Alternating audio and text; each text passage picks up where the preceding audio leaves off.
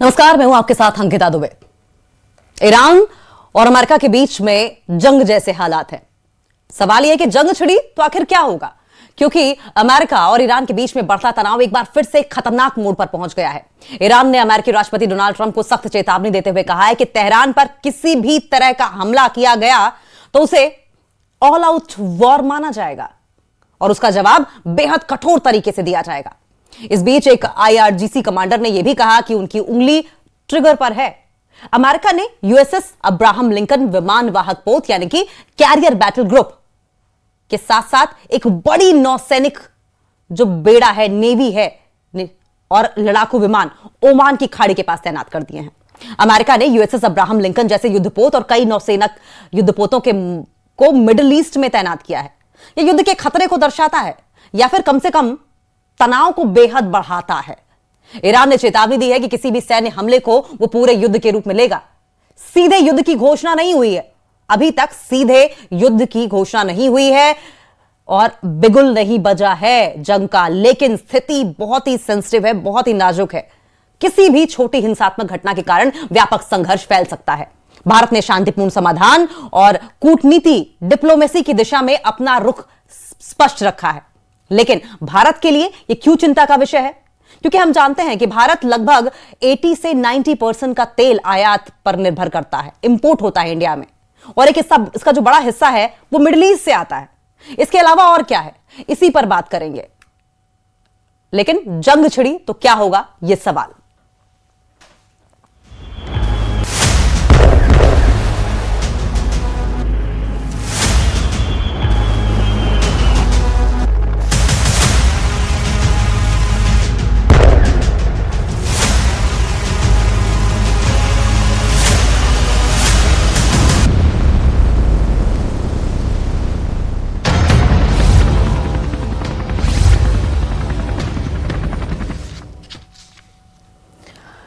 और इसी पर चर्चा करने के लिए हमारे साथ प्रोफेसर अजिताब, फॉरेन एक्सपर्ट, जुड़ गए हैं।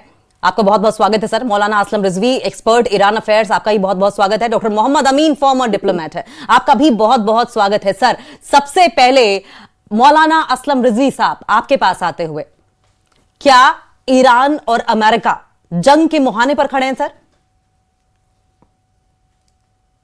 बहुत बहुत शुक्रिया आपका और आपके पैनल में मौजूद जितने लोग हैं, और आपको मैं दिल की गहराई से सलाम करता हूं। देखिए, इसमें जो जंग है वो ज्यादातर साइकोलॉजिकल वार है और अमेरिका इस जरिए से ईरान को झुकाना चाहता है। 47 इयर्स हो गए ईरान के क्रांति और इनकलाब को कामयाब हुए, और उस वक्त से अमेरिका की कोशिश, जब जिमी कार्टर उस वक्त अमेरिका के प्रेसिडेंट थे, राष्ट्रपति थे, तो उस वक्त से ईरान की ये कोशिश है कि वो किसी तरह से ये जो हुकूमत है, जो इस्लामी हुकूमत है, जो एंटी अमेरिका हुकूमत है, इसको जो है इसका तख्ता पलटे। लेकिन सारी कोशिशें अमेरिका ने कर डाली और तमाम कोशिशों में वो नाकाम हुआ। यहाँ तक कि सद्दाम हुसैन के जरिए से ईरान पर 8 साल जंग थोपी और उसके बाद भी ईरान का वजूद मिटा नहीं सका। तो उसने मुख्तलिफ बहानों से कोशिश की, लेकिन अब ये जो आखिरी कोशिश है कि जंग का ऐलान करके अमेरिका ईरान को जो है वो अपनी बात मनवा ले। लेकिन मैं जो आपको बता रहा हूं, और यही होने वाला है, एक तो जंग होगी नहीं, और अगर होगी वही तो मेरा सवाल वही था मौलाना साहब। अगला सवाल यही था कि कभी भी बूट्स ऑन ग्राउंड अमेरिका की ओर से उतरे हुए दिखाई नहीं दिए हैं। आपको लगता है इतनी कुव्वत है अमेरिका के अंदर, वो भी तब जब gulf countries, middle east countries अपना सपोर्ट एक तरीके से साइलेंटली पीछे ले चुकी है अमेरिका से, तो हिम्मत करेगा अमेरिका? जी हाँ, अमेरिका ताकत के एतबार से ईरान से बहुत आगे है और हिम्मत के एतबार से ईरान से बहुत पीछे है। तो जंग जो है ताकत से ज्यादा हिम्मत से हुआ करती है, ये दुनिया जानती है। इसलिए अमेरिका जो डरा हुआ है कि मैं अगर हमला करता हूं तो उसका जवाब जो है, जो उसके 9 बेसेस हैं खाड़ी के देशों में, वो सारे के सारे ईरान ने कहा है। अभी जो शहराम ईरानी, जो ईरान के बड़े कमांडर हैं, उनका बयान आया है कि हमने पूरी तैयारी यूएसएस अब्राहम लिंकन जो युद्धपोत है, जो बहरी बेड़ा है, उसको तबाह करने की कर ली है। और अगर अमेरिका ने ऐसा किया तो जैसा हश्र इजराइल का हमने किया है वैसा ही अमेरिका का होगा। इजराइल को भी दुनिया कहती थी कि बहुत बड़ी ताकत है और अनबीटेबल है, लेकिन दुनिया ने ये देखा कि किस तरह से ईरान ने उसका जवाब दिया। मैं फिर रिपीट कर रहा हूँ, अमेरिका बहुत बड़ी ताकत है, लेकिन जंग जो है वो ताकत से ज्यादा जज्बे से लड़ी जाती है, और वो जज्बा ईरानियों के पास है। मैं 2 मिनट में अपनी बात कंप्लीट कर दूं कि ईरानी एक शिया कौम है और ये अपना रोल मॉडल इमाम हुसैन को मानते हैं, और इमाम हुसैन का ये पैगाम है कि कभी भी जालिमों के सामने झुकना नहीं, तुम्हारा सर कट जाए तो सर कटवा देना, लेकिन सर झुकाना नहीं। ये खुद इमाम हुसैन का जुमला है। और ये शिया कौम जो है ये खुद को जो है आपने देखा है मुहर्रम में मातम करती है, ये किसी को सताती नहीं है। जैसा कि आप भी जानते हैं, और ये जुमला बड़ा मशहूर हो गया है कि हमको छेड़ो नहीं, और अगर छेड़ोगे तो हम तुम्हें छोड़ेंगे नहीं। मौलाना असलम रिजवी साहब, इमाम हुसैन का ये जुमला जो है वो वास्तविकता के धरातल पर दुनिया भर में हमने देखा है किस तरीके से लोग फॉलो करते हैं, और एक जबरदस्त सपोर्ट आयतुल्लाह खमनेई जो कि ईरान के सर्वोच्च लीडर है उनको लेकर देखने को मिल रहा है, चाहे हिंदुस्तान हो चाहे दुनिया भर के किसी भी हिस्से में तमाम मुस्लिम या शिया कम्युनिटी के लोग रहते हो। प्रोफेसर अजिताब, फॉरेन एक्सपर्ट हमारे साथ जुड़े हुए हैं। अमिताभ साहब, अमेरिका आपको लगता है कुछ करेगा या सिर्फ गीदड़ बपकी देता रहेगा? देखिए अंकिता जी, अमेरिका ने यूएसएस अब्राहम लिंकन को मिडिल ईस्ट में अपने सेंट्रल कमांड के हवाले कर दिया है। वहां पे ओमान की खाड़ी के आसपास वो लगा हुआ है। तो अमेरिका, जैसा रिजवी साहब ने कहा, कि डराने की एक साइकोलॉजिकल प्रेशर क्रिएट करने की। सर, इसको हम क्या पॉस्चरिंग के तौर पर देख सकते हैं कि पॉस्चरिंग कर रहा है? पॉस्चरिंग है, लेकिन द वेरी फैक्ट कि वहां पे अब्राहम लिंकन को उसने तैनात किया है और पूरे बेरे के साथ वो आया है, तो इसको इतना लाइटली भी नहीं लिया जा सकता। और ईरान को अपने जो उनके अंदर के इश्यूज हैं उसको सॉल्व करने की जरूरत है। उस पे जो उनकी खुद की जनता है उनके इश्यूज को देखने की जरूरत है, क्योंकि ईरान अपने आप में अगर कमजोर होगा तो दूसरे, खास करके अमेरिका, उसको दबाने के लिए पहले से तैयार हैं और बहुत ज्यादा प्रेशर कर रहे हैं। तो उनकी कोशिश लगातार रहेगी। ईरान को अपने इश्यूज को सॉर्ट आउट करना बहुत जरूरी है, और उसके लिए ये बातचीत का रास्ता लें या अमेरिका और जो खाड़ी के देश हैं, खास करके जो इनके, चाहे वो सऊदी हैं, यूएई हैं। लेकिन अजिताब साहब, ईरान तो बार बार कह रहा है कि हम बातचीत करने को तैयार हैं। ईरान बार बार ये कह रहा है कि हमें न्यूक्लियर वेपन्स नहीं बनाने हैं, हमें न्यूक्लियर मिसाइल नहीं बनानी है, हमें न्यूक्लियर बॉम्ब नहीं बनाने हैं, क्योंकि हर कंट्री का अधिकार है न्यूक्लियर एनर्जी को प्रोड्यूस करना अपनी आवाम के बेहतरी के लिए। इसलिए वो न्यूक्लियर एनर्जी रखना चाहते हैं, वो यूरेनियम का एनरिचमेंट करना चाहते हैं। ईरान तो तैयार है। यस, ईरान तो तैयार है, ईरान तो बार बार कह भी रहा है, लेकिन जो इनके कुछ जो एक्टिविटीज हैं उससे ये इसका भरपाई नहीं हो पा रहा है कि वो सिर्फ शांति के लिए ये न्यूक्लियर एनर्जी को बढ़ा रहे हैं या उसका कुछ उद्देश्य और है। अगर वो उद्देश्य है जिसके लिए अमेरिका ने पिछले साल इन पे अटैक भी किया, वो आईए जो international energy atomic energy association है, या तो उसको ईरान पूरी तरह से अलाउ करे चेक करने के लिए, या फिर यहाँ के जो उनके भी हैं मिडिल ईस्ट के लोगों का, देशों को सहारा लेके और इसको सॉल्व करने की कोशिश करें, क्योंकि अकेले ईरान ये नहीं कर सकता। और सबसे मेन है कि उनको अपनी आर्थिक स्थिति भी देखनी होगी। इतना ज्यादा वहां पे बेरोजगारी है, वहां पे जो इशू हैं, जो उनके करेंसी की डिवैल्यू हुई है, उसको नजरअंदाज नहीं कर सकता ईरान। ठीक है, अपनी अगर जनता और अपनी अगर इकोनॉमी मजबूत है तो वो किसी से भी मुकाबला कर सकता है, लेकिन ईरान वही मात खा रहा है। और उसके लोग, द वेरी फैक्ट की 100 से ज्यादा जो शहरों में इस तरह के वारदात हुए हैं, जो अपोजिशन हुआ आपकी है, इसी बात को सर, अजिताब सर, इसी बात को आगे बढ़ाते हुए डॉक्टर मोहम्मद अमीन, फॉर्मर डिप्लोमेट हमारे साथ बने हुए हैं। सर, ईरान के इंटरनल हालातों की बात हो रही है, आप और ये कहा जा रहा है कि उस पर फोकस करना चाहिए ईरान को, लेकिन ईरान ये कह रहा है कि जो हिंसा भड़काई जा रही है वो बाहर से भड़काई जा रही है। हम इश्यूज हैं, लेकिन इश्यूज का कहते हैं तिल का ताड़ बनाया जा रहा है इजराइल के नैरेटिव से, अमेरिका के प्रोपेगेंडा से। आप इस बात से कितना सहमत है? देखिए, मैं मौलाना साहब की बात को आगे बढ़ाना चाहूंगा कि इस्लाम जिंदा होता है हर करबला के बाद। जो उन्होंने बात कही है, तो ये बहुत ही मजबूत कौम है और इसको पीछे करना बड़ा मुश्किल है। और ये सबसे बात, ये जज्बे की जो बात कर रहे थे मौलाना, लड़ने की बात कह रहे थे, तो जज्बा जो लड़ाई का है या जोश का है या मुकाबला करने का है, वो उस कौम के अंदर है, ईरान के अंदर। आप देखेंगे कि उन्होंने अपनी पूरी तैयारी कर ली है। आपने देखा इससे पहले भी कोशिश की गई कई बार, और अब की बार भी की गई कोशिश, लेकिन वो जो उन्होंने वहाँ पर लोकल लेवल पे खलफशात फंसाने की कोशिश की है, वो कामयाब नहीं हो पाया, और जो उनके लोग थे वो पकड़े गए, और पकड़ने के बाद उनको सजा देने की बात आई है। तो उस पर ट्रम्प साहब ये कह रहे हैं कि अगर उनको सजा दी गई तो हम आपके ऊपर मिलिट्री फायर कर देंगे। क्यों? क्योंकि ये इस बात को ईरान और अमेरिका के बीच में एक तनाव की स्थिति देखी जा रही है। आप देखिए ईरान ने क्या कहा है कि अगर हम पे हमला करेगा तो हम उस पर भी जवाबी हमला करेंगे। ट्रम्प की जो धमकी है कि वो अगर यही कह रहे हैं कि अगर वहां पे प्रदर्शनकारियों के खिलाफ, क्या मतलब है कि वो आप उनके कंट्री में प्रदर्शनकारियों को डेवलप किया है आपने, आप उनको सपोर्ट दिया है मॉरल, इसलिए आप उनके साथ हैं, ऐसा नहीं चलेगा। आप देखिए यूएस मिलिट्री जो है उसका जो हमला है उसे रोकने के लिए क्या कहा है, यूएई ने भी कह दिया है। अभी गल्फ कंट्री की बात हो रही थी, तो मैं बताऊं आपको, यूएई ने भी जो पिछली बार इनको सपोर्ट किया था, जॉर्डन ने सपोर्ट किया था, सऊदी अरब ने किया था, लेकिन अब की बार यूएई ने साफ कह दिया कि अगर वो ये चाहता है ईरान पे हमला करना, तो हम ना तो उसको अपना जमीन देंगे ना अपना एयर स्पेस देंगे। बिल्कुल ठीक कह रहे हैं मोहम्मद साहब, लेकिन एक छोटा सा सवाल आपसे ही पूछ रही हूँ कि इंडिया के परिप्रेक्ष्य को भी बीच में लाना बहुत जरूरी है। सर, अगर अमेरिका और ईरान के बीच में जंग छिड़ती है, क्योंकि अभी सीधे तौर पर जंग की बात नहीं हुई है, टेंशन्स दिखाई दे रही हैं, तो हिंदुस्तान का क्या स्टैंडिंग आप देख रहे हैं, हिंदुस्तान पर क्या असर पड़ता हुआ आपको दिखाई देगा?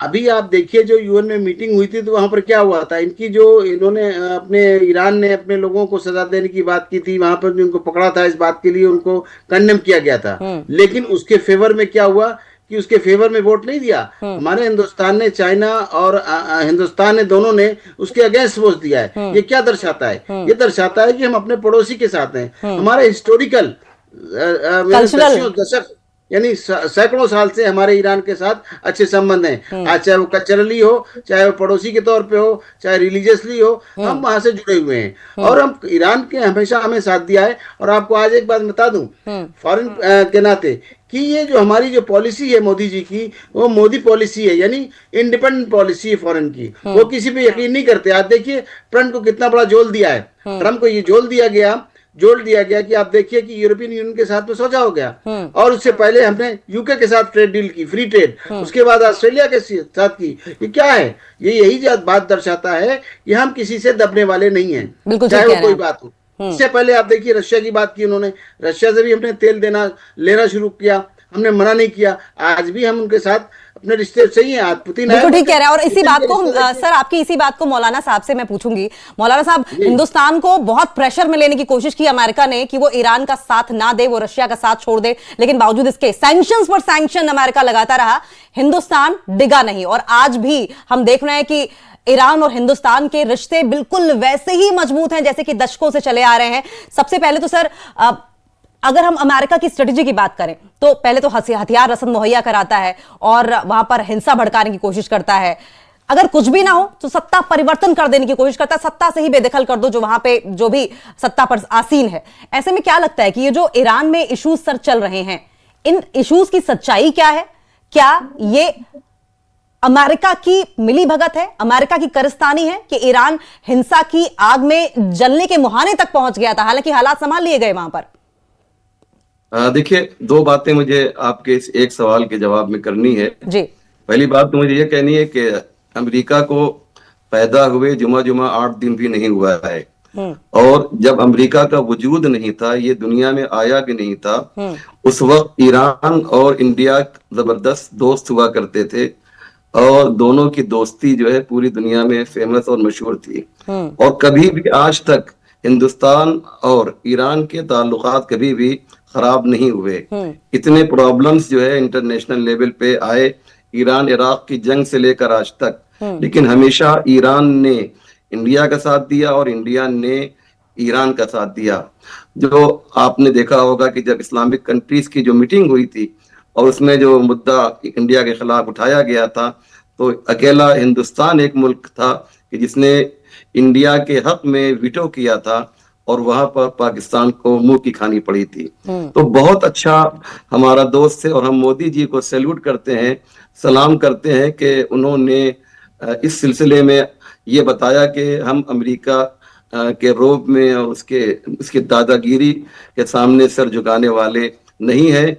और ये आज की बात नहीं है, हमेशा हिंदुस्तान का ये स्टैंड रहा है कि जो सच्चाई है हमें उसका साथ देना चाहिए।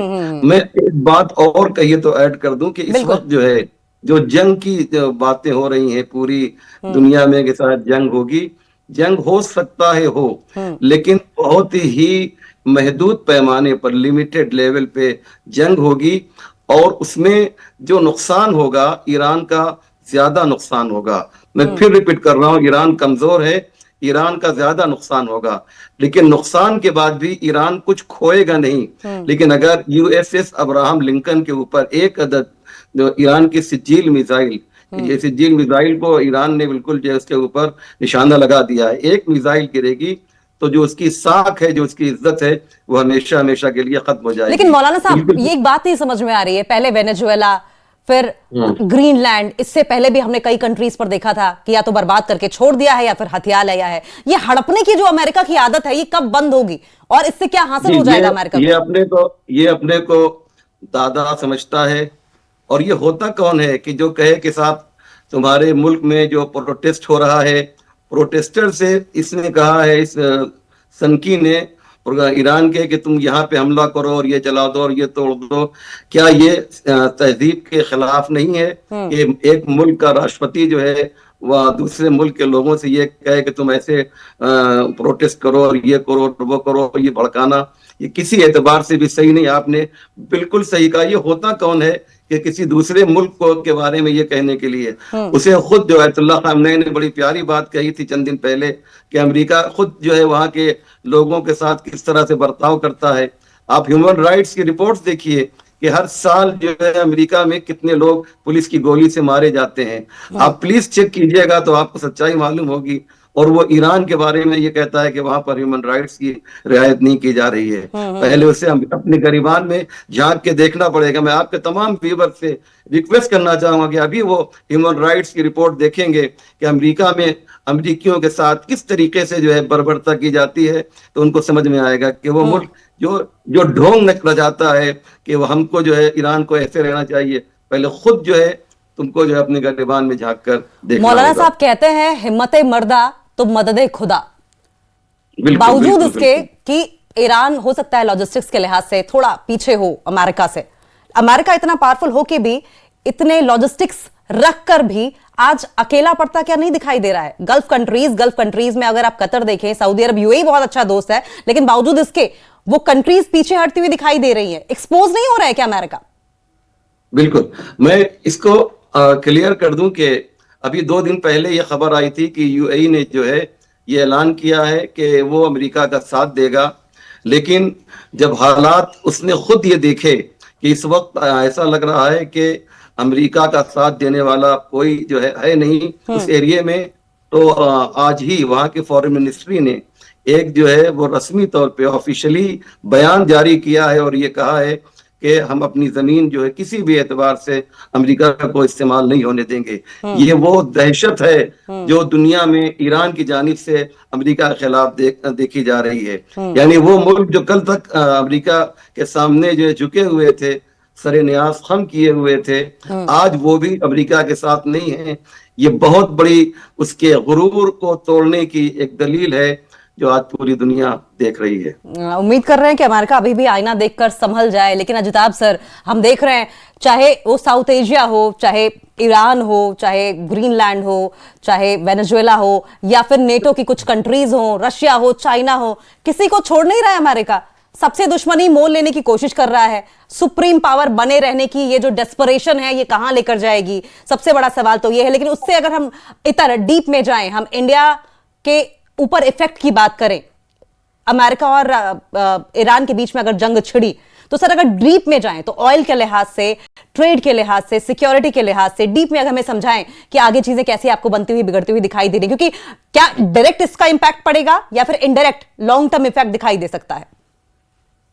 देखिए, भारत पे तो इसका असर ऑलरेडी हो रहा है और हम अमेरिका के इस तरह के प्रयासों से, इस तरह के एग्रेसिव अप्रोच से भुक्तभोगी रहे हैं। भारत को बहुत कुछ खोना पड़ा है। ईरान और भारत के ऐतिहासिक जैसा रिजवी साहब ने कहा, ऐतिहासिक रिश्ते रहे हैं हमारे, और उस पे आंच आने की बहुत दिनों से। जैसे अब एक एग्जांपल अगर मैं दूं तो चाबहार पोर्ट का ही बात कीजिए, 2003 से भारत कोशिश कर रहा है उसको बनाने की, और भारत ने काफी इन्वेस्ट किया है उस पे। सिर्फ इसका ये उद्देश्य है कि ईरान से हमारे ताल्लुकात अच्छे होंगे, और साथ में जो मध्य सेंट्रल एशिया के जो कंट्रीज हैं उनसे जाने आने का, उनसे व्यापार का हमारा रास्ता खुलेगा। उस पे भी अड़चन आ गई है। एनर्जी की आपने बात की, ऊर्जा का बहुत बड़ा सोर्स रहा है। इनफैक्ट एक समय ऐसा था कि ईरान के हम तीसरे सबसे बड़े पार्टनर थे ऑयल के लेने के संदर्भ में। वहां भी हम पीछे हो गए हैं, अमेरिका की दादागिरी की वजह से हमें रोकना पड़ा वो। तो चाहे वो तीसरा आप लीजिए व्यापार के, ईरान से हमारे बहुत अच्छे व्यापार रहे हैं। अमेरिका की बंदी की वजह से, उनके बैन की वजह से हमें उस पर भी रोकना पड़ा। तो हर तरह से भारत बहुत ज्यादा सफर किया है, और आगे ये कंटिन्यू रहेगा। इसका समाधान हमें देखना ही देखना होगा, खास करके जब अमेरिका जिस तरह की ग्लोबल डिसऑर्डर पूरे दुनिया में इसने कर रखा है। अब अपने नेबर को, कनाडा तक को नहीं छोड़ रखा है, मैक्सिको को इसने ऊपर किया है। तो आप, और इतनी दूर आके ईरान पे उसकी नजर इस तरह से हुई है, डेफिनेटली जैसा रिजवी साहब ने कहा कि भाई कोई भी उसका साथ नहीं दे रहा है। यूएई, सऊदी, कतर, ओमान, किसी ने भी उसका साथ देने की नहीं बात की है। और ऊपर से भारत पे इस तरह का हमेशा दबाव बनाना कि ईरान से आप डीलिंग कीजिए, ये भारत के लिए, और भारत ने कभी झुका नहीं है अमेरिका के सामने। भारत कभी नहीं झुका है। भारत हमारे हमेशा एक निरपेक्ष की नीति अपनाया है, और ईरान के साथ तो हम कमिटेड हैं। बिल्कुल, हम कमिटेड है, और ये कमिटमेंट लगातार बनी रहेगी, चाहे देश के प्रधानमंत्री हो या देश की जनता हो। हर कोई इस वक्त ईरान के साथ खड़ा दिखाई दे रहा है। डॉक्टर मोहम्मद अमीन सर, ईरान की स्टैंडिंग हमें दिखाई दे रही है, ईरान की हिम्मत हमें दिखाई दे रही है। सर, अमेरिका का क्या? इतने फ्रंट्स पे वॉर छेड़ने की कोशिश करता है अमेरिका, ऐसे में अभी आपको अमेरिका की स्टैंडिंग क्या दिखाई दे रही? कहीं ऐसा तो नहीं कि सुप्रीम पावर बने रहने की होड़ में वो बिल्कुल अकेला अलग थलग पड़ जाए? ट्रंप क्या करना चाह रहे हैं? ऐसा तो किसी भी प्रेसिडेंट ने नहीं किया जो ट्रंप करना चाह रहे हैं। आपने देखा अंकिता जी, जो इकोनॉमिक फोरम की डावोस में मीटिंग हुई थी, उसमें कितना अकेला पड़ गया अमेरिका है। उसके लिए चाहे मार्क कार्नी हो कनाडा के, उन्होंने भी उल्टा स्टेटमेंट दिया, उनके साथ बात नहीं की। और इधर यूरोपीय यूनियन का जो हमारे साथ में साथ हुआ है, हमारे जो कॉन्ट्रैक्ट में फ्री ट्रेड, इससे भी उनको तकलीफ हुई है। और ऐसा नहीं है हम उन्हीं के साथ हैं, हम आप देखिए यूके के साथ भी हमारे हैं, ऑस्ट्रेलिया के साथ भी है, चारों तरफ इंडिया ने कभी ईरान के बारे में सोचा ही नहीं है। ईरान को अपना दोस्त माना है, इसी तरह रशिया को भी अपना दोस्त माना है। ये वो समझते थे अमेरिका वाले कि शायद उनके दबाव में काम करेंगे, लेकिन हमारी जो स्वतंत्र पॉलिसी है हमारी इंडिया की, वो 1 to 1 है, 1 to 1 बायलैटरल होता है हर चीज का, और एक दूसरे को हम समझते हैं। लेकिन वो ये सोचे कि उनके दबाव में इंडिया आएगा, अब बिल्कुल नहीं आने वाला। आप देखिए, पहले जाना जाता था आपका अमेरिका, चाइना और रशिया, आज हिंदुस्तान भी उसी लाइन में खड़ा हुआ है, उसको भी गिना जाता है उसी चौथी लाइन में। तो क्या है ये दिखाता है कि दुनिया की तरक्की में हम ऊपर हैं, हर तरीके से हम साथ देंगे, और हम अपने पड़ोसियों को नहीं छोड़ेंगे। जो अभी रशिया के साथ, पुतिन के साथ हमारे प्राइम मिनिस्टर ने दिखाया, कंधे से कंधा मिला के उनको आया, इतना वार्म वेलकम दिया, कि क्या दर्शाता है। और जहां तक सवाल है ईरान का, ईरान के अंदर घुसने नहीं देंगे ये लोग। क्यों? क्योंकि चाइना भी कोई उनका दोस्त नहीं है अमेरिका का, रशिया भी कोई दोस्त नहीं है अमेरिका का, और हिंदुस्तान के साथ कोई उन्होंने अच्छा काम नहीं किया है। कभी भी बात की है तो उन्होंने पाकिस्तान को हमारे सामने खड़ा कर दिया है, पाकिस्तान को हथियार दिए हैं, पाकिस्तान को फाइनेंशियल असिस्टेंस दिए। हमको क्या दिया है? हमसे सिर्फ बातें बनाने की बात। और अभी भी रशिया को लेके हमारे 50% उठा के कर दिया ड्यूटी। क्या है? ठीक है, कर दीजिए, उससे दबे नहीं हम लोग। हमने अच्छा मोहम्मद साहब, जल्दी से अगर हम ये बात कहें, पहले तो हमें कई दो धड़ों में दुनिया बढ़ती हुई दिखाई दे रही थी, लेकिन जब से ईरान की बात आई है, अमेरिका अब तो 2 धड़े भी ढंग से दिखाई नहीं दे रहे हैं। अब तो ज्यादातर लोग ईरान के साथ ही खड़े हैं। हाँ, ईरान के साथ तो है ही ज्यादातर लोग। अब गल्फ ने भी साथ छोड़ दिया उनका। अब देखिए ना, वेस्ट एशिया में भी देख लीजिए, और ईस्ट एशिया में तो सवाल ही नहीं उठता उनके साथ में। वो कहाँ जाएंगे? इतनी दूरी से यहाँ चाहते थे कि हम अफगानिस्तान में अपना बेस ले लें, जो बनाया हुआ था रशिया ने पुराना, वो भी मना हो गया। उनका जो एयरपोर्ट था वो भी मना कर दिया गया। यहाँ सर, क्या ईरान के मसले पर ही वर्ल्ड ऑर्डर हमें बदलता हुआ दिखाई देगा? क्या ईरान ही वो वजह बनेगा? देखिए, रशिया और चाइना ये दोनों उनके पीछे हैं, ईरान के पीछे हैं हर तरीके से। देखिए, ईरान को रशिया ने क्या किया है कि रशिया ने ईरान को अपने एयरक्राफ्ट दिए हैं जो न्यूक्लियर वार के लिए एक्टिव हैं, और न्यूक्लियर कैरियर लेके जाएंगे उनकी मिसाइलें। इसलिए घबराए हुए। क्यों?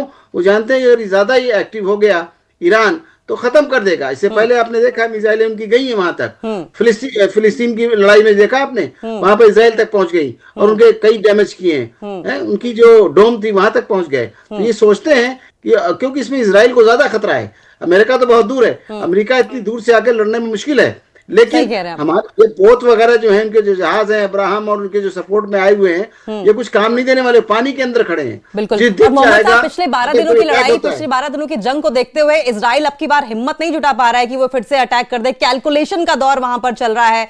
बहुत बहुत शुक्रिया सर आपका। मोहम्मद अमीन फॉर्मर डिप्लोमेट हमारे साथ थे। मौलाना असलम रिजवी साहब, आपका भी बहुत बहुत शुक्रिया सर। और अजिताभ फॉरेन एक्सपर्ट प्रोफेसर साहब, आपका भी बहुत बहुत शुक्रिया न्यूज़ 18 के साथ जुड़ने। समय बहुत कम है सर, बातचीत बहुत ज्यादा करनी थी, लेकिन इस डिबेट को यहीं खत्म करना पड़ेगा। नमस्कार।